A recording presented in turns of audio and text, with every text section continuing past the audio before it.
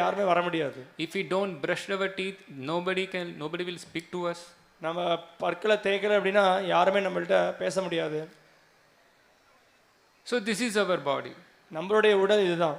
I can say many more nasty things within the body also. இன்னும் இந்த உடல்ல எவ்வளோ மிகவும் பல மோசமான விஷயங்கள் இருக்குன்றதை நான் பேசலாம். Yeah, we all know so many things are nasty things that come out of this body every day morning, and also in the intermediate day also, and also night. Every time so many nonsense things come from our body. நம்மளுடைய உடல்ல இருந்து பல துர்நாற்றம் நிறைந்த விஷயங்கள் வெளியில வரதை நம்ம பார்க்கலாம். கார்த்தால, மத்தியானம், ராத்திரி. So this is our nasty body. ஏன்னா நம்மளுடைய உடல் மிகவும் மோசமானது. So our birthday means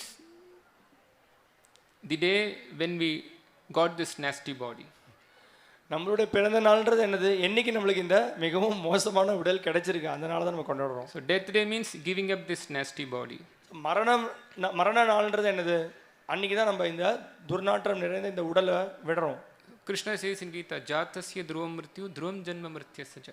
Whoever dies will take birth, and whoever takes birth will die. Krishna சொல்றார், யாரெல்லாம் பிறந்திருக்காங்களோ அவங்கெல்லாம் இறந்து போவாங்க, யாரெல்லாம் இறந்திருக்காங்களோ அவங்க மறுபடியும் பிறப்பெடுப்பாங்கன்னு சொல்றாரு. So Krishna is called Satyavakyaha.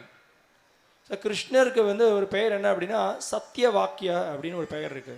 So whatever Krishna says is true. கிருஷ்ணர் என்னெல்லாம் சொல்றாரோ அது உண்மை. So if Krishna says whoever takes birth will die and whoever dies will take birth, that's a completely factual statement. கிருஷ்ணர் சொல்றார், பிறந்தவங்க எல்லோருக்கும் மரணம்ன்றது நிச்சயம், மரணம் ஏற்பட்டவர்கள் எல்லோருக்கும் பிறப்புன்றது நிச்சயம். கிருஷ்ணர் சொல்றாருன்னா அது 100% உண்மை. So before getting this nasty body, we were in some other nasty body. நம்ம இந்த மிகவும் மோசமான இந்த உடல்ல கிடைக்கிறதுக்கு முன்னாடி வேற ஒரு மோசமான ஒரு உடல்ல இருந்தோம். And before that another nasty body. அதற்கு முன்னாடி இன்னொரு மோசமான உடல்ல இருந்தோம். Before that another nasty body. அதற்கு முன்னாடி வேற ஒரு மோசமான உடல்ல இருந்தோம். So since time immemorial we have been having only nasty bodies. நம்ம இந்த எந்த சமயத்துல நம்மளுக்கு இந்த மோசமான உடல் தொடங்கியது அப்படின்றது சொல்லவே முடியாது. So காலத்திற்கு அப்பாற்பட்டு இருக்குது. So Padma Purana speaks about 84 lakh forms of stinking nasty bodies. Padma புராணத்துல 84 லட்சம் வகையான இது மாதிரி துர்நாற்றம் நிறைந்த உடல்கள் இருக்கிறது அப்படின்றத பத்தி சொல்லப்பட்டிருக்கு. We have been so called happily changing this nasty body after nasty body after nasty body. நம்ம ரொம்ப சந்தோஷமா இந்த துர்நாற்றம் நிறைந்த உடலை மாத்திட்டே இருக்கோம். Actually we should be very sad. நம்ம உண்மையிலேயே மிகவும் சோகம் நிறைந்தவர்களாக இருக்கணும். Having obtained such a smelly nasty stinking body. இந்த மாதிரி ஒரு துர்நாற்றம் நிறைந்த ஒரு இருக்கக்கூடிய ஒரு உடல்ல நம்மளுக்கு கிடைச்சிருக்கிறத நினைச்சு வருத்தப்படணும். So this is how our birthday happens in this material world. நம்மளுடைய பௌதிக உலகத்துல நம்மளுடைய பிறந்த நாள் இப்படி தான் இருக்கு. But Krishna's birthday in this material world is not like that. ஆனா கிருஷ்ணருடைய பிறந்த நாள் இந்த பௌதிக உலகத்துல அந்த மாதிரி கிடையாது. He takes birth but he doesn't accept a material body. அவர் பிறப்பெடுக்கிறார், ஆனா அவர் ஜடரீதியான சரீரத்தை பெறறதில்லை. He has a spiritual body. அவருடைய உடல் ஆன்மீகமயமானது. That body never changes. அப்படிப்பட்ட உடல் மாற்றம் அடையறதே கிடையாது. Krishna is Satyavakyaha. கிருஷ்ணர் சத்தியவாக்கியம். So he says in Gita, bahuni me vyatitani janmani tava Arjuna. Oh Arjuna, I have taken many bodies and you have also taken many bodies, but the difference is that I don't change the body. So my body, whenever I come with the same body. கிருஷ்ணர் சொல்றார் பகவத்கீதையில, பகுனிமே வெதிதானி அப்படின்னு. நான் அர்ஜுனா, நீயும் சரி நானும் சரி பல உடல்களை நம்ம எடுத்திருக்கோம். ஆனால் என்ன வித்தியாசம் அப்படின்னா, நான் எப்பயுமே அதே ஆன்மீக உடலோட இந்த உலகத்துக்கு நான் வரேன், ஆனால் நீ பல உடல்களை மாற்றிருக்க அப்படின்னு சொல்கிறார். So Krishna is not changing body, he is just appearing from one time to another time. So கிருஷ்ணர் தன்னுடைய உடலை மாற்றுறது கிடையாது, ஒவ்வொரு முறையும் அவர் மறுபடியும் இந்த பூவுலகில் அவதரிக்கிறார். Just the example of the sun is given in the Shastra. சாஸ்திரங்கள்ல சூரியனை பற்றி உதாரணம் சொல்லப்பட்டிருக்கு. Every day sun comes in the morning and sets in the evening. ஒவ்வொரு நாள் காலையிலும் சூரியன் உதிக்கிறது, அப்புறம் சாயங்கால நேரத்தில் அஸ்தமனமாகுது. But we don't say sun is born in the morning and dies in the evening. ஆனால் நம்ம யாரும் சொல்கிறது இல்லை சூரியன் காத்தால பிறப்பெடுக்கிறது சாயங்காலம் இறந்து போய்டுறது நம்ம சொல்கிறது இல்லை. But in front of our eyes it comes in the morning and disappears in the night. ஆனால் நம்ம கண் முன்னாடி நம்ம வந்து பார்த்தோம் அப்படின்னா அது வந்து உதிக்கிறது, அதுக்கப்புறம் சாயங்கால வேளையில் மறைஞ்சு போய்டுறது. So similarly Krishna, he appears in this world, lives for 125 years, then disappears from this world. அதே மாதிரி கிருஷ்ணர் இந்த உலகத்தில் தோன்றுறார், 125 வருஷத்துக்கு பிறகு அவர் இந்த உலகத்தை விட்டு மறைஞ்சிடுறார். So Krishna's birthday is not like our birthday. கிருஷ்ணருடைய பிறந்த நாள் நம்மளுடைய பிறந்த நாள் மாதிரி கிடையாது. That's why we are celebrating Krishna's birthday. So அதனால தான் நம்ம கிருஷ்ணனுடைய பிறந்த நாளை கொண்டாடுறோம். Some other persons may also celebrate their birthday. மற்ற நபர்கள் கூட கிருஷ்ணருடைய அவங்களுடைய பிறந்த நாள்களை கொண்டாடலாம். In fact, everybody is also, they celebrate or they try to celebrate their birthday. எல்லோருமே வந்து பார்த்தீங்க அப்படின்னா அவங்களுடைய பிறந்த நாளை கொண்டாட முயற்சி பண்ணுறாங்க.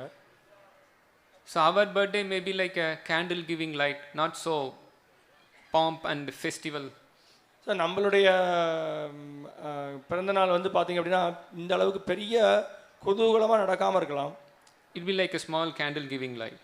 சும்மா வந்து எப்படி ஒரு சின்ன மெழுகுவத்தியிலேருந்து எவ்வளோ வெளிச்சம் வரும் அந்த மாதிரி தான் இருக்கும் நம்மளுடைய பிறந்த நாள். But Krishna's birthday is like the sun.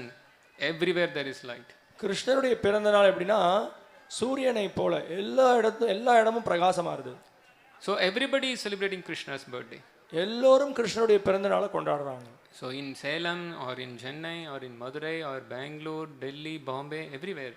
Chennai, Delhi, Bangalore, Madurai எல்லா இடத்துலையும் கிருஷ்ணருடைய பிறந்த நாளை கொண்டாடுறாங்க. So this Vedic culture was prevalent in the Bharata Varsha. So all over Bharata, India, the celebration of Krishna Janmashtami happens. இந்த வேத கலாச்சாரம் இந்தியா முழுக்க, அதாவது பாரத பூமியில் எல்லா இடத்துலையும் இந்த கிருஷ்ணனுடைய ஜனனம் வந்து கொண்டாடப்படுறது. Yeah, cities, towns, villages, everywhere. கிராமங்கள், நகரங்கள் எல்லா இடத்துலையும் கொண்டாடப்படுறது. Not only in the temples, கோயிலில் மட்டும் அல்ல, even every house they celebrate Janmashtami. ஒருத்தர் வீட்லேயும் கிருஷ்ண ஜென்மாஷ்டமி கொண்டாடுறாங்க. In the shops also. வீடு கடைகளில் கூட. In many public places, like we are celebrating in a public place. இந்த மாதிரி பொது இடங்களில் கூட கொண்டாடுறாங்க. And by the mercy of Srila Prabhupada, this Krishna Janmashtami function is celebrated throughout the world. Srila பிரபுபாதருடைய கருணையின் மூலமாக இந்த கிருஷ்ண ஜென்மாஷ்டமி விழா உலகம் எங்கும் கொண்டாடப்படுறது. In fact, by the mercy of Srila Prabhupada, Krishna Janmashtami festival is celebrating in India also. Srila பிரபுபாதருடைய கருணையின் மூலமாக இந்தியாவிலும் Krishna Janmashtami கொண்டாடப்படுறது. Or to a greater extent, India is celebrating Krishna Janmashtami festival because of Srila Prabhupada. இன்னும் சொல்லணும் அப்படின்னா இந்தியாவில் பெரிய அளவில் பல இடங்களில் கிருஷ்ண ஜென்மாஷ்டமி கொண்டாடப்படுறது அப்படின்னா அதற்கு காரணம் ஸ்ரீல பிரபுபாதர். In Krishna consciousness, there is nothing too much. Krishna உணர்வில் இது அதிகமான ஒரு விஷயம் அப்படின்னு சொல்றதுக்கு எதுவுமே கிடையாது. So for us, we are not satisfied with this much of celebration. We want to expand the celebrations of Janmashtami more and more. நம்ம வந்து இப்போ கிருஷ்ண ஜென்மாஷ்டமி இந்த அளவுக்கு கொண்டாடுறது மட்டும் நம்ம வந்து திருப்தி அடையிறது இல்லை. நம்ம கிருஷ்ண ஜென்மாஷ்டமி இன்னும் அதிகமாக பல இடங்களில் கொண்டாடப்படணும் அப்படின்னு விருப்பப்படுறோம். Not just one day a year, but every day we want to celebrate the festival of Krishna consciousness. Krishna ஜென்மாஷ்டமியை ஒரு நாள் மட்டும் கொண்டாடுறது மட்டும் இல்லாமல் ஒவ்வொரு நாளும் Krishna Janmashtami கொண்டாடப்படணும். So 365 days and for eternity we want to celebrate. 365 நாளும் அதை நம்ம கொண்டாடணும். நித்தியமாக இந்த ஜென்மாஷ்டமி விழாவை நம்ம கொண்டாடணும். So that's how the spiritual world is. Every day is a festival there. ஆன்மீக உலகத்தில் தினசரி விழா தான். So we are celebrating Krishna's birthday because he is the most important personality of Godhead. கிருஷ்ணனுடைய பிறந்த நாளை நம்ம கொண்டாடுறோம் ஏன்னா அவர் தான் மிகவும் இந்த பிரபஞ்சத்திலே மிகவும் முக்கியமான ஒரு நபர். For us there may be other important personalities like the father, mother, parents, friends. நம்மளுக்கு பல முக்கியமான நபர்கள் இருக்காங்க நம்ம குடும்பத்தில். நம்மளுடைய அம்மா, அப்பா, நண்பர்கள், உறவினர்கள், the relatives, சொந்தக்காரங்க. or for us we may consider the local leaders. அப்படி இல்லைன்னா நம்ம உள்ளூர் தலைவர்கள் இருக்காங்க. Or the national leaders, international leaders. இல்லை தேசிய தலைவர்கள், அப்புறம் சர்வதேச தலைவர்கள். They are also seen as important personalities. அவங்களும் முக்கியமான நபர்களாக நம்ம கருதுகிறோம். Everybody is having a gradation, தாரதமியம். எல்லாருக்கும் தாரதமியம் இருக்கு. இவங்க தாழ்ந்தவர்கள், இவங்க தாழ்ந்தவர்கள், இவங்க உயர்ந்தவர்கள் அப்படின்ற மாதிரி தாரதமியம் இருக்கு. Even among leaders, there are gradations of leaders. இந்த தலைவர்கள் மத்தியில் கூட பார்த்தீங்கன்னா இந்த கிரமங்கள்ன்றது இருக்கு, தாரதமியம்ன்றது இருக்கு. In our house, father is the leader. இப்போ நம்மளுடைய வீட்டில் நம்ம அப்பா தான் தலைவர். And in a town, maybe the panchayat head will be the leader. இல்லை இந்த உள்ளூர் நகரத்தில் வந்து பார்த்தீங்க அப்படின்னா அந்த பஞ்சாயத்து தலைவர் அவர் தான் தலைவராக கருதுறாங்க. And for the state or the country, there may be ministers who are the even bigger leaders. மாநிலத்தில் பார்த்தீங்க அப்படின்னா ஒரு அமைச்சர் இருக்கார், அவர் தான் வந்து இன்னும் பெரிய அளவில் தலைவர்னு சொல்கிறோம். இல்லை தேசிய அளவில் பார்த்தா பிரதம மந்திரி இருக்கார், அவர் தான் உயர்ந்த தலைவர்னு சொல்கிறோம். And if you go still higher, there are higher planetary systems, the demigods, they are even superior to the leaders of the earthly planet. இன்னும் மேல் நோக்கி போனோம் அப்படின்னா மற்ற கிரகங்களில் இருக்கக்கூடிய தேவதாக்கள் இருக்காங்க. தேவதாக்கள் தான் தலைவர்களாக இருக்காங்க அந்த கிரகத்துக்கு. So our father may worship the local panchayat leader. நம்மளுடைய அப்பா உள்ளூர் பஞ்சாயத்து தலைவர் வழிபடலாம். So local panchayat leader may worship the minister of the state. உள்ளூர் பஞ்சாயத்து தலைவர் இந்த மாநிலத்தினுடைய அமைச்சரை வழிபடலாம். The state minister has to bow down to the national leader. இந்த மாநிலத்துக்கான முதலமைச்சர் தேசிய பிரதம மந்திரிக்கு நமஸ்காரம் பண்ணலாம். And all national leaders depend on the mercy of the demigods. இந்த சர்வதேசத்தில் இருக்கக்கூடிய எல்லா நாடுகளுடைய தலைவர்களும் தேவதாக்கள் கிட்ட அவங்களுடைய கருணையை எதிர்பார்க்குறாங்க. And all the demigods, they are worshipping the supreme Lord Krishna. எல்லா தேவதாக்களும் பூர்ண புருஷோத்தமரான கிருஷ்ணர் வழிபடுறாங்க. And above Krishna there is nobody else. கிருஷ்ணருக்கு மேல வேற யாரும் கிடையாது. Matta parataram nanyat kintit asti dhananjaya. So Krishna says in Gita, there is nothing and there is nobody superior to me and everybody is under me. கிருஷ்ணர் பகவத்கீதையில் சொல்றார், மத்த பரதரம் நான்யத் கிஞ்சித் அஸ்தி தனஞ்சய. எனக்கு மேல என்ன தவிர வேற யாருமே உயர்ந்தவர்கள் கிடையாது. So who can be more important than Lord Shri Krishna? கிருஷ்ணருக்கு மேல மிகவும் பிரதானமான முக்கியமான நபர் யாரா இருக்க முடியும்? So everybody celebrates Krishna's birthday. எல்லாரும் கிருஷ்ணருடைய பிறந்த நாளை கொண்டாடுறாங்க. You see in Srimad Bhagavatam, when Krishna appeared in this world, all the demigods were celebrating. நம்ம ஸ்ரீமத் பாகவத்தில் பார்க்குறோம், கிருஷ்ணர் தோன்றிய பொழுது எல்லா தேவதாக்களும் கொண்டாடுறாங்க அவருடைய பிறப்பை. So Brahma, Shiva, everybody they came and then they offered prayers to Krishna when he was in the womb of Mother Devaki. பிரம்மதேவர், சிவபெருமான் எல்லாரும் வந்து பிரார்த்தனைகளை முன்வைக்கிறாங்க கிருஷ்ணர் தேவகியோட கர்ப்பத்தில் இருக்கும் பொழுது. And then when Krishna was appearing in this world, there was a big celebration of happiness. கிருஷ்ணர் இந்த பூ உலகத்தில் அவதரிக்கும் பொழுது மிகப்பெரிய அளவில் குதூகலமாக அதை கொண்டாடுறாங்க. So everybody was happy when Krishna was appearing. கிருஷ்ணர் தோன்றிய பொழுது எல்லோரும் சந்தோஷத்தோடு இருக்காங்க. So when Krishna appeared 5000 years back, the whole earthly planet was happy. 5000 வருஷத்துக்கு முன்னாடி கிருஷ்ணர் தோன்றிய போது இந்த பூ உலகத்தில் எல்லோருமே சந்தோஷமா இருந்தாங்க. All the living entities in the earthly planet were happy. இந்த பூ உலகத்தில் இருந்த எல்லா உயிர்வாழிகளும் சந்தோஷமா இருந்தாங்க. So trees were happy, so they were giving nice fruits. மரங்கள் சந்தோஷமாக இருந்தது, அதனால நல்ல பழங்களை கொடுத்தது. So the plants were happy. அங்க இருந்த செடிகள் சந்தோஷமாக இருந்தது. The ocean was happy, giving sumptuous minerals. சமுத்திரம் வந்து சந்தோஷமா இருந்தது, பலவிதமான ரசாயனங்களை அது கொடுத்தது. Yeah, valuables are there in the ocean, so these valuables were generously given by the ocean. மிகவும் முக்கியமான இந்த ஆபரணங்களுக்கான ரசாயனங்கள் அதெல்லாம் வந்து இந்த சமுத்திரம் கொடுத்தது. So the mountains were happy, rivers were happy, all were sumptuously giving whatever they had. மலைகள், நதிகள், அவங்க கிட்ட இருக்கக்கூடிய எல்லா மூலப்பொருட்கள் எல்லாம் அவங்க கொடுத்தாங்க சந்தோஷமா இருந்ததுனால. So everybody was happy. எல்லோரும் சந்தோஷமா இருந்தாங்க. Only the demons were not happy. அசுரர்கள் மட்டும்தான் சந்தோஷமா இல்லை. That's natural. அது இயற்கையானது தான். Only one who is a devotee of Krishna, he celebrates Krishna's birthday. எவன் ஒருவன் பகவானுடைய பக்தனாக இருக்கானோ அவன்தான் கிருஷ்ணனுடைய பிறந்த நாளை கொண்டாடுறான். And those who are not devotees of Krishna, means those who are demons, they don't want to celebrate the birthday of Krishna. யாரெல்லாம் வந்து பக்தர்களாக அல்லாதவர்களாக இருக்காங்களோ அசுரர்கள், அவங்க கிருஷ்ணனுடைய பிறந்த நாளை கொண்டாடுறது. In fact, they don't want Krishna to appear what to speak of celebrating later? கிருஷ்ணரை பற்றி கிருஷ்ணருடைய பிறந்த நாள் கொண்டாடுறதை பற்றி சொல்கிறதுக்கு என்ன இருக்குது? கிருஷ்ணர் பிறக்கவே கூடாதுன்னு அவங்க நினைக்கிறாங்க. Because he is dharma personified. Krishna is dharma personified. தர்மமே திருவுருவமானவர் தான் கிருஷ்ணர். See, here we are seeing Krishna is satyavakya, so whatever Krishna speaks, it is truth. கிருஷ்ணருக்கு வந்து சத்தியவாக்கியா அப்படின்னு ஒரு பெயர் இருக்குது. அவர் என்ன பேசினாலும் அது உண்மைதான். But demons, they don't like. ஆனால் அசுரர்களுக்கு அந்த வாக்கியங்கள் அவங்களுக்கு பிடிக்கிறது இல்லை. They don't want to be truthful. அவங்க உண்மையான நபர்களாக இருக்கிறதுல விருப்பம் இல்லை அவங்களுக்கு. They want to cheat. அவங்க எப்பவுமே ஏமாத்தணும்னு நினைக்கிறாங்க. That's their natural quality. அதுதான் அவங்களுடைய இயற்கையான குணம். They say that even the material world is not a fact. அவங்க வந்து இந்த பௌதிக உலகமே அது ஒரு உண்மையான உலகம் இல்லைன்னு நினைக்கிறாங்க. See, Krishna is satyavakya. He says in Gita, asatyam apratishtam te jagadahuranishwaram. கிருஷ்ணர் பகவத்கீதையில் சொல்றார், அசத்தியம் அப்பிரதிஷ்டம் தே ஜெகதாஹுரணீஸ்வரம். So Krishna says the demons declare that this world is asatya, not at all truth, and it has no base for existence.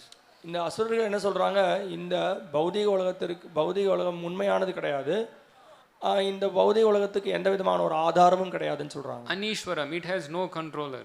இதை கட்டுப்படுத்துபவர்னு யாரும் கிடையாதுன்றாங்க. So the demons, they don't want to accept the factual existence of this world. இந்த அசுரர்கள் இந்த உலகம் இயங்கிறது, உலகம்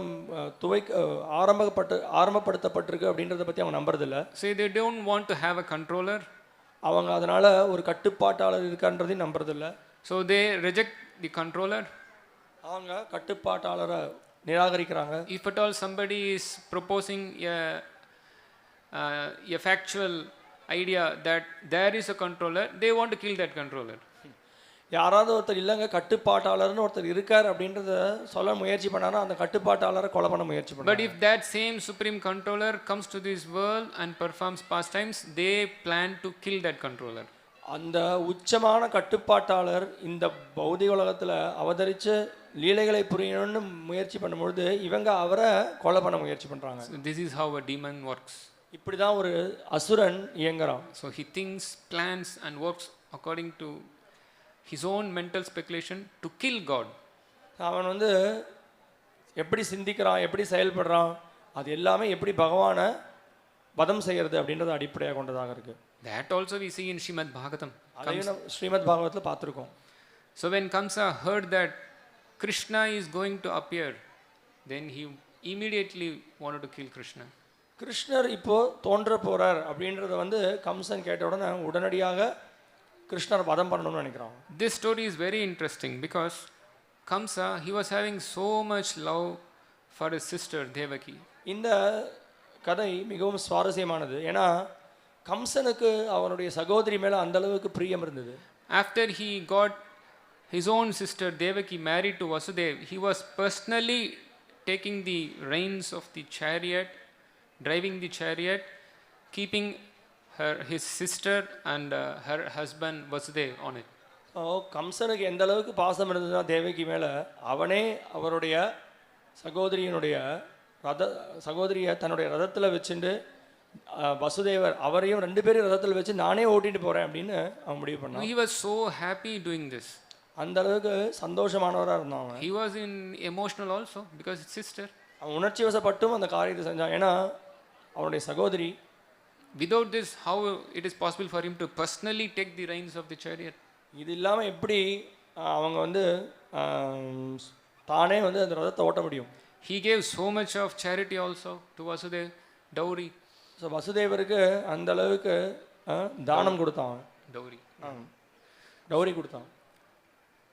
So we can clearly see that Kamsa, he is also having the feelings of love, affection, and as per Shastra, it is a dharmic principle for the brother to be followed when he gives his sister in charity to other person.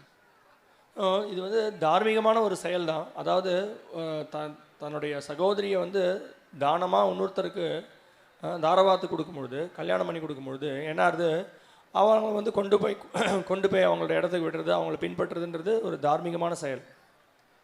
But while driving the chariot, he heard an accessory, means some sound without the body, and that sound is saying that the eighth child of the person whom you are driving will kill you. அப்போது அந்த மாதிரி ரதத்தை ஓட்டின்னு போகும்பொழுது அசரீதியோட சத்தம் கேட்குறது கம்சனுக்கு.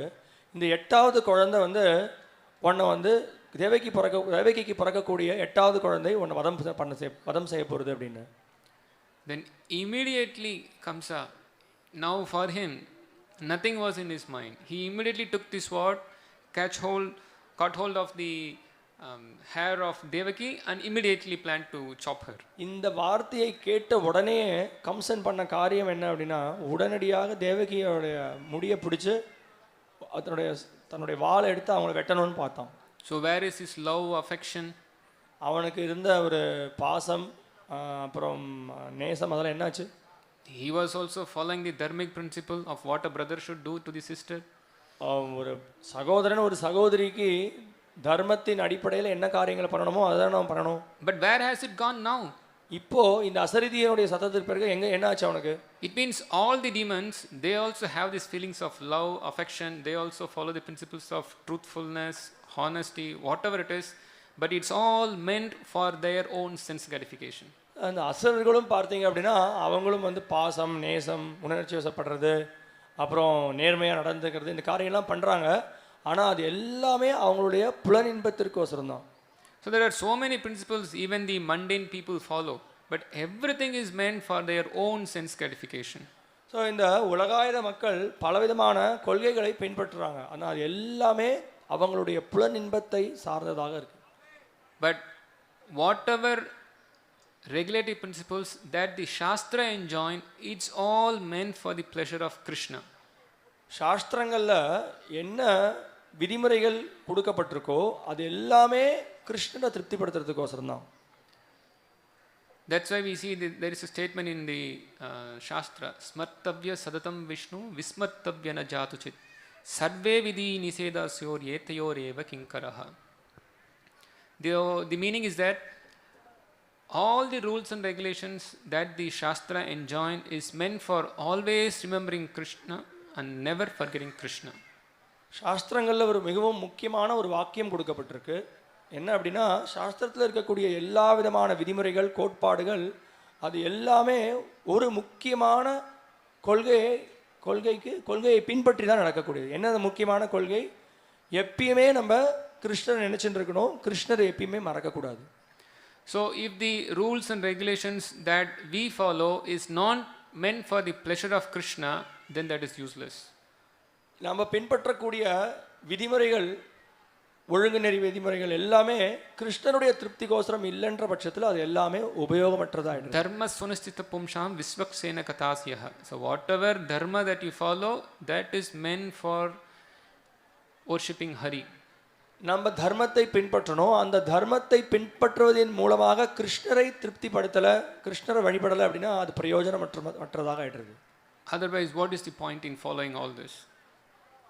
அப்படி இல்லாமல் மற்ற எல்லா தர்மம் விதிமுறைகளை பின்பற்றுவதில் என்ன பயன் இருக்கு? Then it is like everybody is like a Kamsa, following all the dharmic principle and also having love and affection, but for their own sense gratification. அப்படி இல்லைன்னா மற்றவர்கள் எல்லோருமே கம்சனை மாதிரி தான், கம்சனை போலவே எல்லா விதிமுறைகளை கடைபிடிக்கிறாங்க, ஆனால் அவங்களுடைய புலன் இன்பத்திற்கோசரம் மட்டுமே.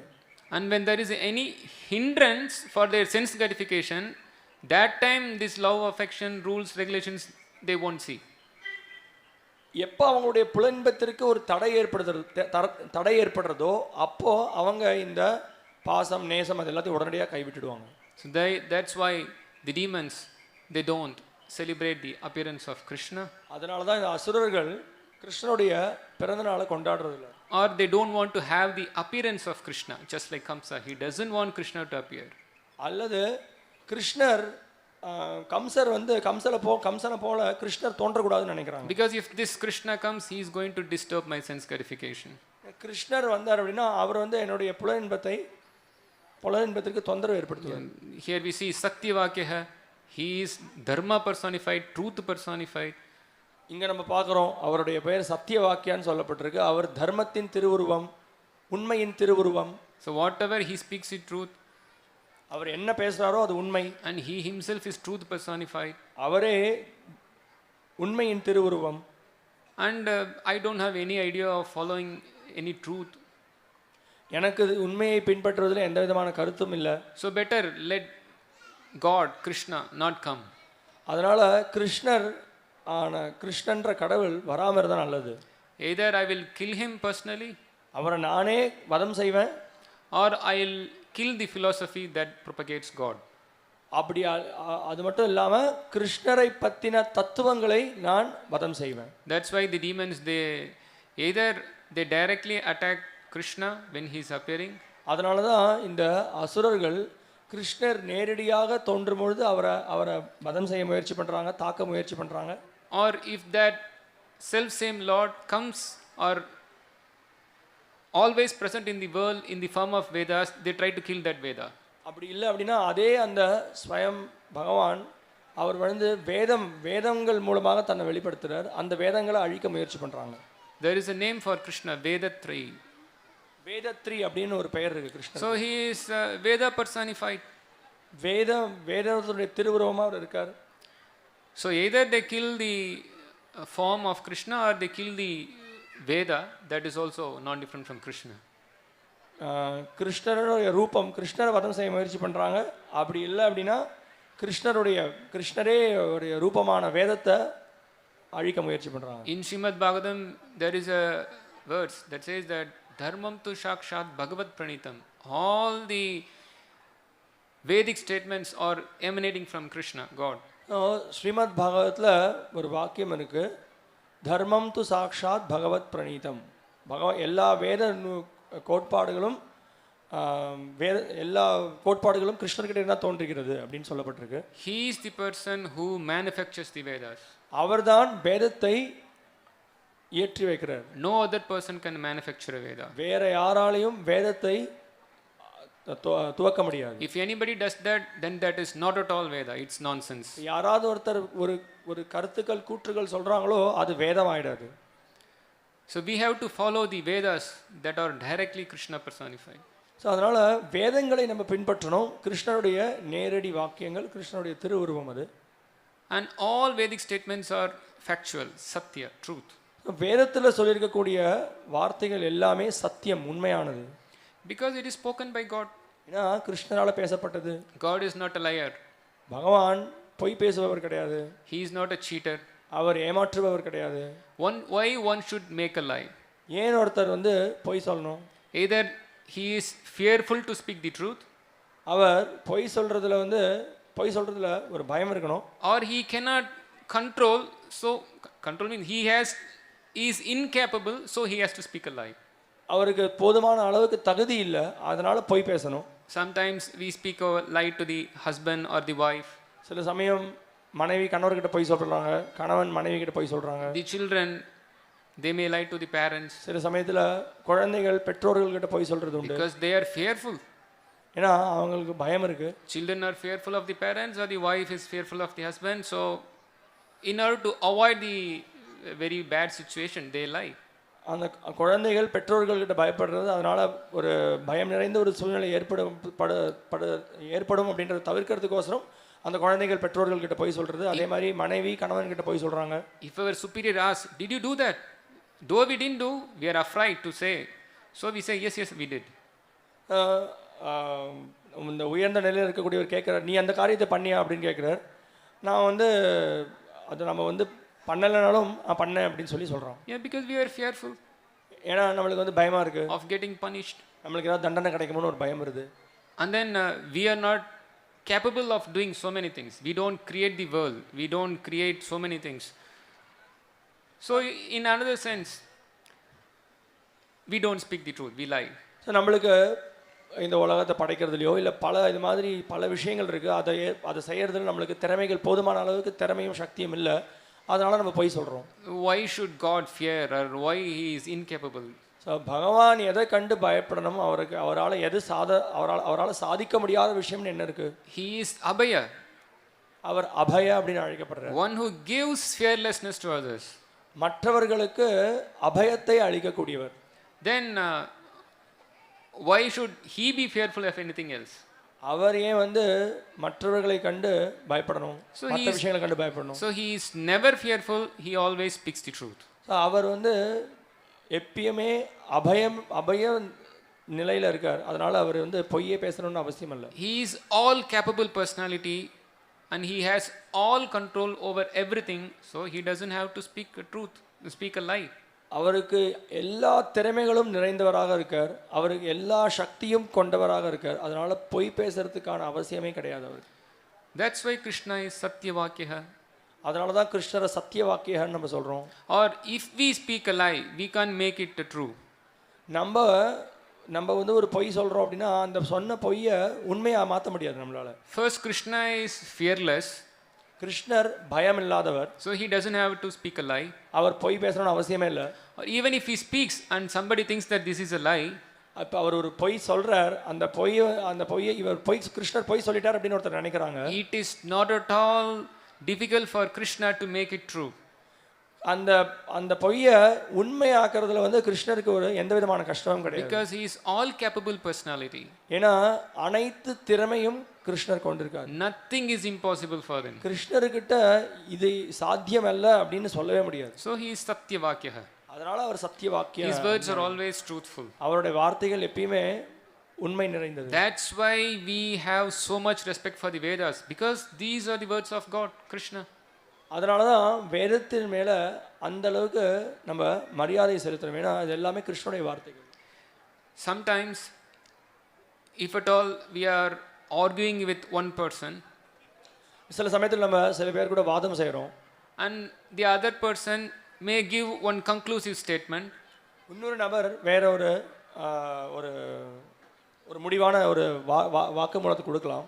So in the at least in the Tamil speaking world, I have heard this. If somebody speaks so convincingly, then the opposite person may ask, நீ பேசுறது என்ன வேத வாக்கா, அப்படியே நான் ஏற்றுக்கணும்.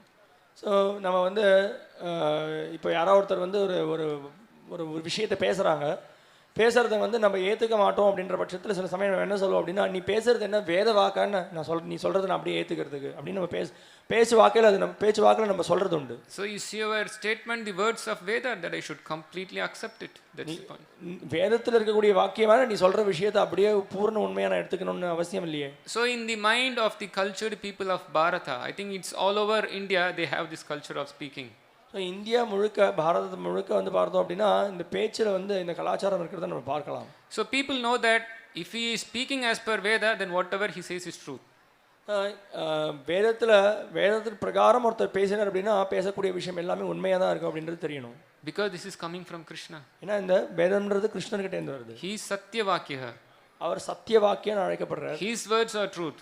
அவருடைய வார்த்தைகள் உண்மை நிறைந்தது. So if you are quoting from the Veda, then that is true. வேதத்திலேருந்து மேற்கோள்கள் காமிச்சோம் அப்படின்னா அது உண்மை. That's why in the learned spiritual circles, if they want to establish a point, they always quote from Shastra. அதனால தான் பண்டிதர்கள் மத்தியில் அவங்க எப்பயுமே சாஸ்திரத்தை மேற்கோள் காமிப்பாங்க. And whenever I said a point, I also referred to Bhagavad Gita, Bhagavatam. Whenever I quoted a point in this lecture. அதனால தான் இந்த உபன்யாசத்தில் நான் எப்பெல்லாம் வந்து சில வாக்கியங்களை சொன்னேனோ, நான் பகவத்கீதையிலேருந்து மேற்கோள்கள் காமிச்சேன், பாகவதத்திலேருந்து மேற்கோள்கள் காமிச்சேன். So I said there is nobody and nothing above Krishna, but there is a statement in the Shastra, matta paratram nanyat. நான் ஆரம்பத்தில் சொன்னேன், கிருஷ்ணருக்கு மேலே எதுவுமே கிடையாது, கிருஷ்ணரை தவிர வேற எதுவுமே உண்மை கிடையாதுன்னு சொன்னேன். அது நான் சொன்னது வந்து வேதத்தில் அப்படி ஒரு வாக்கியம் இருக்கு, மத்த பரதரம் நான்யத்னு பகவத்கீதையில் கிருஷ்ணர் சொல்றார், அதனால அப்படி சொன்னேன். And then I said Krishna is the most important personality of Godhead. So Ishvara Parama Krishna Satchidananda Vigraha. கிருஷ்ணரே மிகவும் பிரதானமான ஒரு நபர், அவர்தான் புருஷோத்தமரான முழுமுதற் கடவுள், ஈஸ்வர பரம Krishna. So he is the controller of all controllers, so he is the most important personality of Godhead. அனைத்து கட்டுப்பாட்டாளர்களுக்கும் அவரே கட்டுப்பாட்டாளர். And Krishna doesn't change the body, and for that I referred again to Gita, Bahuni me vatitani janmani tava cha Arjuna. கிருஷ்ணர் தன்னுடைய உடலை மாற்றுவதே கிடையாது அப்படின்றதுக்கும் நான் பகவத்கீதையிலேருந்து ஒரு மேற்கோள் காமிச்சேன், பகுனி மே வதிதானின்னு. So that's the point. In learned spiritual circles, whenever they want to establish a point, they quote from the Veda. படித்தவர்கள் மத்தியில், பண்டிதர்கள் மத்தியில் எந்த ஒரு வாக்கியத்தை பேசுறதுனாலும் அந்த வாக்கியத்தினுடைய அடித்தளமாக வேதத்தை மேற்கோள் காமிக்கிறாங்க. So Krishna is Satyavakya. கிருஷ்ணர் சத்தியவாக்கிய.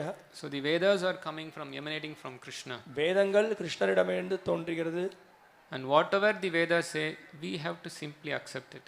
வேதங்கள் என்னெல்லாம் சொல்றதோ வெறுமனே அதை நம்ம ஏற்றுக்கணும். This is an established fact. இது ஸ்தாபனம் செய்த ஒரு உண்மை.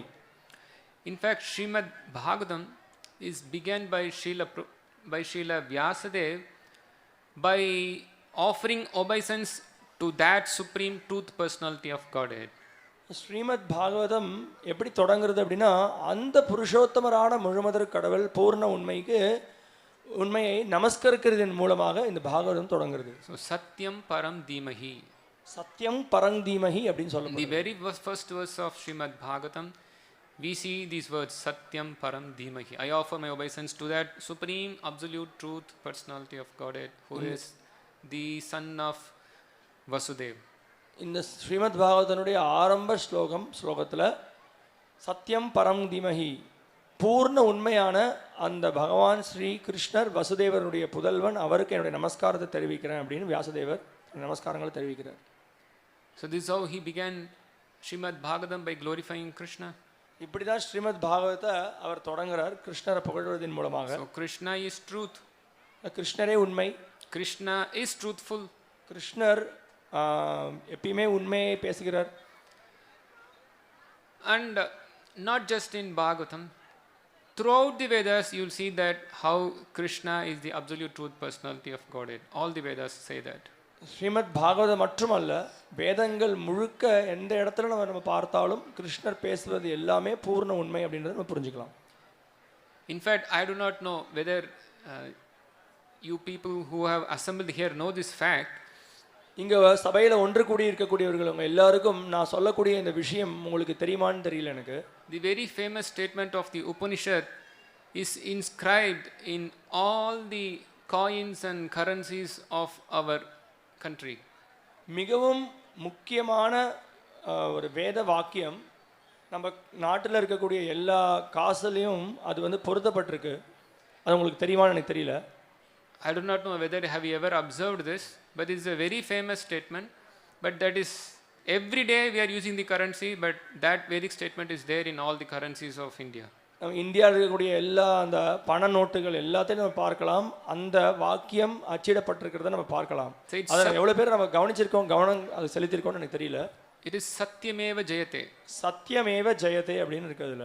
So it is there in all the coins and the currencies. You can check when you go back home. நீங்க வீட்டுக்கு போகும்போதும் சரி, நம்ம ஆல்சோ they can see. வீட்டுக்கு போகும்போது சரி, எப்போ வேணாலும் சரி, நீங்க காசை திறந்து பார்க்கலாம்.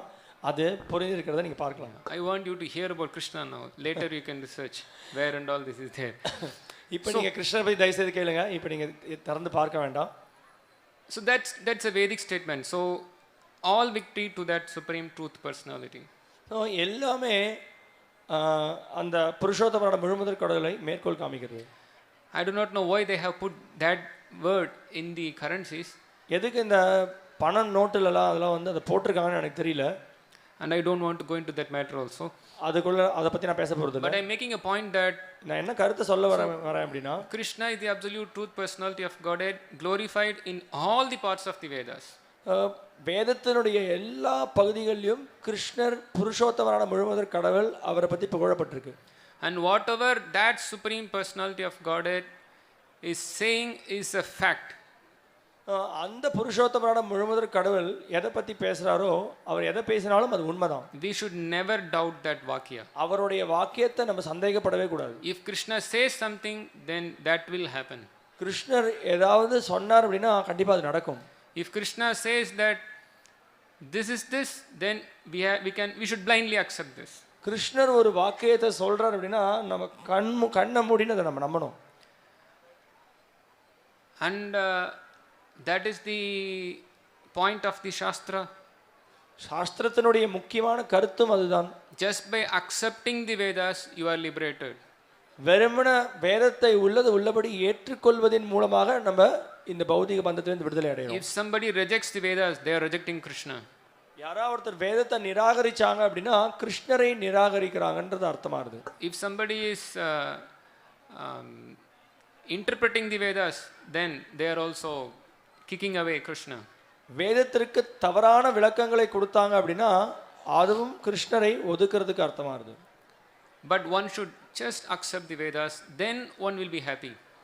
எவன் ஒருவன் வேதத்தை உள்ளது உள்ளபடி ஏற்றுக்கொள்கிறானோ அவன் திருப்தி அடைவான். Just by rejecting the codes set forth by the government of India, we are going to be under a big problem. நம்ம வந்து எப்படி இந்திய அரசாங்கத்தினுடைய சட்டதிட்டங்களை நம்ம வந்து ஒதுக்கினோம் அப்படின்னா நம்ம பல பிரச்சனைகளை மாட்டிப்போம். The government of India will punish if you don't follow the rules of India. இந்திய அரசாங்கம் எவன் அரசாங்கத்தினுடைய சட்டதிட்டங்களை நிராகரிச்சான்னா அவன் வந்து கஷ்டப்படுவான். So similarly, the Vedas are the words of God. If we don't follow the words of God, then we will be punished. அதே மாதிரி வேதங்கள் வந்து பகவானுடைய வார்த்தைகள். அந்த வார்த்தைகளை நம்ம நிராகரிச்சோம் அப்படின்னா நம்மளுக்கு தண்டனைன்றது நிச்சயம். So if somebody is suffering, know that we have rejected the words of God. யாராவது ஒருத்தர் கஷ்டப்படுறாங்க அப்படின்னா அந்த கஷ்டத்திற்கான காரணம் என்னன்னு பார்த்தோம் அப்படின்னா அவங்க பகவானுடைய வார்த்தைகளை நிராகரிச்சிருக்காங்க. It's pretty sure everybody here is suffering. It means we all have rejected the words of God. இதுல எந்த விதமான சந்தேகமும் இல்லை. இந்த உலகத்தில் இருக்கக்கூடிய எல்லாருமே கஷ்டப்படுறாங்க. என்ன காரணம்? நம்ம எல்லாரும் பகவானுடைய அறிவுரை அவருடைய வார்த்தைகளை நிராகரிச்சிருக்கோம். We have rejected the truth. நம்ம உண்மையை நிராகரிச்சிருக்கோம். And accepted the untruth. நம்ம பொய்யான ஒரு வஸ்துவை ஏத்துன்னு இருக்கோம். Just like this body is not true. உதாரணத்திற்கு இந்த உடல் உண்மை கிடையாது. But the person who is residing in the body, the soul, is true. ஆனா இந்த உடலுக்குள்ள இருக்கக்கூடிய ஆத்மா அது உண்மை. When I say myself, I don't refer to this shirt, but I refer to my personality. நான் வந்து இந்த என்னோட சட்டையை பற்றி பேசும்பொழுது நான் வந்து ஆக்சுவலி நான் யார் இந்த சட்டைக்குள்ளே இருக்கக்கூடிய நபர். ஸோ நான் வந்து இந்த சட்டையை சொல்லலை. So similarly, in spiritual understanding, when I say me, it refers to the soul inside this body. ஆன்மீக தளத்திலேருந்து பேசும்பொழுது என்ன அப்படின்னு சொல்லும்பொழுது இந்த எனக்குள்ளே இருக்கக்கூடிய ஆத்மா நான் தான் அந்த நபர். Yeah, just by accepting this material body, everybody is suffering. இந்த ஜட உடலை ஏற்றுக்கொள்வதன் மூலமாக நம்ம எல்லாருமே கஷ்டப்பட்டு இருக்கோம். Similarly, by accepting the untruth words, we are suffering. அதே மாதிரி போலியான தவறான பொய்யான வார்த்தைகளை நம்ம ஏற்றுக்கொள்ளு அதை பின்பற்றுவதன் மூலமாக நம்ம கஷ்டப்படுறோம். So this Veda is Satyavakya. So you accept the words of the Veda, then we become happy. இந்த வேதம்ன்றது சத்திய வாக்கியம். அந்த சத்திய வாக்கியத்தை நம்ம பின்பற்றினோம் அப்படின்னா நம்ம சந்தோஷமா இருப்போம். So all this Satyavakya are present in the form of Srila Prabhupada books in the current period. இந்த சத்திய வாக்கியம் எல்லாமே இந்த நடைமுறை இந்த காலகட்டத்தில் ஸ்ரீல பிரபுபாதுடைய புஸ்தகங்களை உள்ளடங்கி இருக்கு. If you want to know what is Satyavakya, சத்திய வாக்கியம்ன்றது என்னன்னு நம்ம தெரிஞ்சுக்கணும் அப்படின்னா we have a very big pandal there. இங்க பின்னாடி நம்ம ஒரு ரொம்ப பெரிய பந்தல் ஒன்று இருக்கு. It's a bookstall pandal. அங்க புக் ஸ்டால் பந்தல் அது. Whatever books you find there, it's all Satyavakya. அங்க நீங்க பார்க்கக்கூடிய அனைத்து புஸ்தகங்களும் அது எல்லாமே சத்திய வாக்கியம். You please take those books. நீங்க தயவு செய்து அந்த புஸ்தகங்களை ஏற்றுக்கொள்ளுங்க. Not 1, 2. If you don't have any book which is there, then you please buy that book. அங்க இருக்கக்கூடிய புஸ்தகங்கள்ல அந்த அந்த எந்த புஸ்தகமும் உங்கள்ட்ட இல்லை அப்படின்னா எல்லா புஸ்தகத்தையும் நீங்க வாங்கி படிங்க. You make sure that all the books that is present there is there in your house. அங்க இருக்கக்கூடிய புஸ்தகங்கள் எல்லாமே உங்க வீட்டில் இருக்கா அப்படின்றத நீங்க வந்து பார்த்துட்டு இல்லைன்னா எல்லாத்தையும் நீங்க வீட்டில் வாங்கி படிங்க. Then truthfulness will be there in your house. அப்போ உங்க வீட்டில் இந்த சத்தியம்ன்றது திகழும். Just by lying we can't be happy. பொய் பேசுறதுனால நம்ம சந்தோஷமா இருக்க Only when one remains truthful he can be happy. எப்போ ஒருவன் உண்மையை பேசுறானோ அப்போ அவன் சந்தோஷமா இருப்பான். So if you want to keep truth in your life to be happy, then keep all these books which are Satyavakya. உங்க வீட்டில் நீங்க உண்மையை சத்தியத்தை வீட்டில் வச்சுக்கணும் அப்படின்னா அப்போ இந்த புஸ்தகத்தெல்லாம் வாங்கி நீங்க படிங்க. These books are not ordinary books. இந்த புஸ்தகங்கள் சாதாரணமான புஸ்தகங்கள் கிடையாது. These books will deliver your whole material life. இந்த புஸ்தகங்கள் உங்களுடைய பௌதிக வாழ்க்கையை deliver you from your material life. These books இந்த புஸ்தகங்கள் உங்களுடைய பௌதிக வாழ்க்கை, இந்த பௌதிக வாழ்க்கையில நீங்க இந்த பௌதிக உலகத்தில் கஷ்டப்படக்கூடிய இந்த சூழ்நிலையில உங்களை விடுவிக்கும். I began the lecture by saying that we are just changing nasty body after nasty body. நான் இந்த உபன்யாசத்தை தொடங்கும் பொழுது நம்ம இந்த உடல் மோசமான உடலை மாற்றிக்கொண்டே இருக்கோம் அப்படின்னு சொல்ல பத்தி நான் தொடங்கினேன். So if you want to stop changing this nasty body after nasty body, then please take those books which are Satya Vakya. இந்த மிகவும் மோசமான உடலை ஒவ்வொரு தடவையும் நம்ம மாற்றினே இருக்கோம். அந்த உடல் மாற்றத்தை நம்ம நிறுத்தணும் அப்படின்னா நம்ம இந்த புஸ்தகத்தை வாங்கி படிக்கணும். அப்புறம் நம்மள சத்திய வாக்கியத்தை பெற்று நம்ம சத்தியத்தில் நிலை பெற்று இருப்போம். Yeah, that all the words, all the letters, the gaps, everything is Satya Vakya in that book. இந்த புஸ்தகத்தில் இருக்கக்கூடிய ஒவ்வொரு வார்த்தைகளும் சத்திய வாக்கியம். But here, backside you can see, I have referred to one particular Satya Vakya given by Krishna in Bhagavad Gita. பகவத் கீதையில கிருஷ்ணர் பேசியிருக்கக்கூடிய ஒரு சத்திய வாக்கியத்தை நான் இந்த ஸ்லைடில் இங்கே போட்டிருக்கேன். If you just follow this one Satya Vakya, இந்த ஒரு சத்திய வாக்கியத்தை நீங்கள் பின்பற்றினீங்க அப்படின்னா then definitely your eternal life is there. அப்படி நீங்கள் இந்த வார்த்தையை பின்பற்றினீங்கன்னா உங்களுடைய நித்தியமான வாழ்க்கை நிச்சயமாக அந்த நித்தியமான வாழ்க்கை உங்களுக்கு கிடைக்கும். Eternal life of full bliss. நித்தியமான வாழ்க்கை முழு ஆனந்தம் நிறைந்தது. So this is the words. Sarvadhanman parityajya mamekam sharanam vraja aham tvam sarva papebhyo mokshayishyami ma sutaha. Krishna says, abandon all varieties of religion and just surrender unto me. I shall deliver you from all sinful reactions. Do not fear. கிருஷ்ணர் சொல்றார், உன்னுடைய அனைத்து எல்லா தர்மத்தையும் துறந்து என்னிடம் முழுமையாக சரணடைவாயாக. அவ்வாறு நீ சரணடைந்தால் எல்லா விதமான பாவ விளைவிலிருந்து உன்னை நான் விடுவிக்கிறேன், நீ பயப்படாதே அப்படிங்கிறார். In fact, just before this verse, there is another beautiful verse by Krishna. இந்த ஸ்லோகத்தை கிருஷ்ணர் பேசுறதுக்கு முன்னாடி இன்னொரு ஒரு அற்புதமான ஸ்லோகத்தை கிருஷ்ணர் பகவத்கீதையில சொல்றார். Krishna says, மன்மனா பவமத் பக்தோ Madhya ஜீமம் நமஸ்குரு mom ஏவைஸ்யசி Sathyam they பிரிதிஜானே பிரியோசிமே. So the meaning is that Krishna says, you offer obeisance to me. கிருஷ்ணர் சொல்றார், நீ எனக்கு உன்னுடைய நமஸ்காரங்களை தெரிவி, you worship me, நீ என்ன வழிபடு, you think of me, நீ என்ன நினை, you surrender, you worship me fully. நீ இந்த மாதிரி சரணடைந்து என்னை முழுமையாக வழிபடு. Then Krishna says, மாம் ஏவைசி சத்யம் தே. கிருஷ்ணர் சொல்றார், இது சத்தியம். This is satyam that I am saying to you. நான் இப்போ உங்கள்கிட்ட சொல்றது சத்தியம். Because you are very dear to me, I am just saying this satyam to you. நீ எனக்கு மிகவும் பிரியமானவன்றதால இந்த சத்திய வாக்கை உனக்கு நான் கொடுக்கிறேன். It means you accept whatever I say. அப்படினா என்ன அர்த்தம்? நான் சொல்றது எல்லாத்தையும் நீ கேளு. And after saying this, Krishna is now saying this statement. அது சொன்ன பிறகு கிருஷ்ணர் இந்த சர்வதர்மா பரித்யஜ அப்படிங்கற இந்த வார்த்தையை சொல்றார். So this is Satya Vakya. We have to simply accept this statement. இது சத்திய வாக்கியம். இந்த சத்திய வாக்கியத்தை நம்ம முழுமையா ஏத்துக்கணும். By surrendering to Krishna, we become fearless.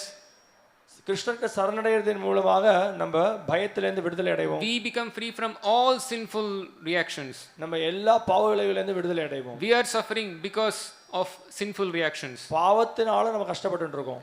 These sinful reactions are there because we are ignorant of Krishna. இந்த பாவ விளைவுகள்னால நம்ம ஏன் தாக்கம் அடைகிறோம்? ஏன்னா நம்ம கிருஷ்ணரை பத்தி அறியாமையில இருக்கிறதுனால. By knowing Krishna, you remove your ignorance, and by removing the ignorance, you don't have sinful reactions, and by that way you become fearless. கிருஷ்ணரை அறிவதின் மூலமாக நம்ம அறியாமையிலிருந்து விடுதலை அடைவோம். அறியாமையிலிருந்து விடுதலை அடைவதன் மூலமாக நம்ம முழு பாவ விளைவுகளிலிருந்து விடுதலை அடைவோம். அதன் மூலமாக நம்ம பேரானந்தத்தை அடைவோம் கிருஷ்ணரை தெரிஞ்சுக்கிறதன் மூலமாக. So everybody please take this statement of Bhagavad Gita to your heart and fully surrender to Krishna. அதனால பகவத்கீதையில பேசியிருக்கக்கூடிய இந்த வார்த்தைகளை முழுமையாக நீங்க உங்க மனதில் ஏத்துண்டு கிருஷ்ணர்கிட்ட முழுமையாக சரணடைங்க. So if Krishna is there in your life, then you'll be happy. உங்களோட வாழ்க்கையில கிருஷ்ணர் உங்களோட இருந்தார் அப்படின்னா நீங்க எப்பயுமே சந்தோஷமாக இருப்பீங்க. Otherwise there will be darkness. அப்படி இல்லனா உங்களுடைய வாழ்க்கை இருள் தான். That's why in Srimad Bhagavatam there is a very wonderful verse. Krishne sudamo bhagate dharmo jnanad visa kalo nashta drishamesha puranarko anudoditaha. When Krishna left this world, Kali Yuga began, full of dark, no knowledge, and then no dharma. கிருஷ்ணர் இந்த உலகத்தை விட்டு மறைஞ்ச உடனே தர்மமும் ஞானமும் அவர் கூடவே போயிடுறது. இந்த உலகம் இருள் நிறைந்த ஒரு இடமா மாறிடுறது. Then puranarko anudoditaha, to remove this Kali Yuga's faultness, he appeared in the form of Srimad Bhagavatam as a sun. புராணார்க்கோ துனோதிதः அந்த பகவான் ஸ்ரீ கிருஷ்ணர் இந்த இருள் நிறைந்த இந்த கலியுகத்தில் இருளை அகற்றுவதற்கோசரம் ஸ்ரீமத் பாகவதமாக தானே தோன்றி இருளை அகற்றுகிறார். So Krishna as Satyavakya as a word form is there in Srimad Bhagavatam. Please keep all these books in your house. So கிருஷ்ணர் சத்திய வாக்கியமா வார்த்தை வடிவத்தில் பாகவதமாக இருக்கார். தயவுசெய்து இந்த எல்லா புத்தகத்தையும் வாங்கி நீங்க படிங்க. As Krishna is Satyavakya, his devotees are also Satyavakya. கிருஷ்ணர் சத்திய வாக்கியம், அவருடைய பக்தர்களும் சத்திய வாக்கியர்கள். So Srila Prabhupada who made us available these books, he is also speaking Satyavakya. Srila பிரபுபாதர் அவர் வந்து இந்த புத்தகத்தை நம்மளுக்கு கொடுத்திருக்கக்கூடியவர், அவரும் சத்திய வாக்கியத்தை தான் கொடுக்கிறார். So whatever books we are giving, these are all Srila Prabhupada's book. You are a pure devotee who is also Satyavakya. இங்க கொடுத்திருக்கக்கூடிய இந்த புத்தகங்கள் எல்லாமே ஸ்ரீல பிரபுபாதரால எழுதப்பட்டது, அதனால அதுவும் தூய்மை சத்தியம் நிறைந்தது. So please take these books, accept these books and follow the Satyavakya of these books. தயவுசெய்து இந்த புத்தகங்களை வாங்கி படிங்க, அதன் மூலமா இந்த சத்திய வாக்கியத்தை வாழ்க்கையில் நீங்க ஏற்றுக்கொள்ளுங்க. Then you will be really happy forever. So நிரந்தரமாக நீங்கள் எப்பயுமே சந்தோஷமாக இருப்பீங்க. So I just stop my lecture here. Thank you very much. நான் இந்த உபன்யாசத்தோட நிறைவேற்றிக் கொள்கிறேன். மிக்க நன்றி. இப்போ பந்தல் நம்ம விக்கிரகம் இருக்கிற இடத்துல கீர்த்தனம், ஆரத்தி கீர்த்தனம் இருக்கு. நீங்க எல்லாரும் வந்து அந்த நிகழ்ச்சியில் கலந்துக்கலாம். Hare Krishna. Hare Krishna. Srila Prabhupada ki jai. Satyavakya Bhagavan Krishna ki jai. Hare Krishna.